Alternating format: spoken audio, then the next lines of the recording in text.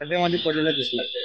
या ठिकाणी आम्ही माहिती घेतली, त्यावेळेस असं लक्षात आलं आहे की ड्रेनेजची साफसफाई करण्यासाठी हा ट्रक या ठिकाणी आलेला होता आणि अचानकप्रमाणे तो त्याची मागच्या बाजूला जास्त लोड असल्यामुळे पाण्याचा तो खड्ड्यामध्ये पडलेला आहे आणि आत्ता जे आपल्याला पाणी दिसतं आहे ते गाडीमधलं पाणी आहे।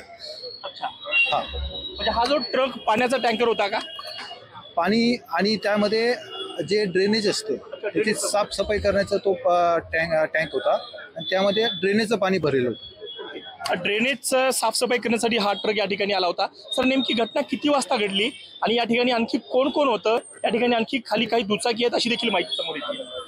नाही, आम्हाला अजून तर नागरिकांनी फक्त सांगितलं की त्यात दुचाकी होत्या म्हणून, पण अजून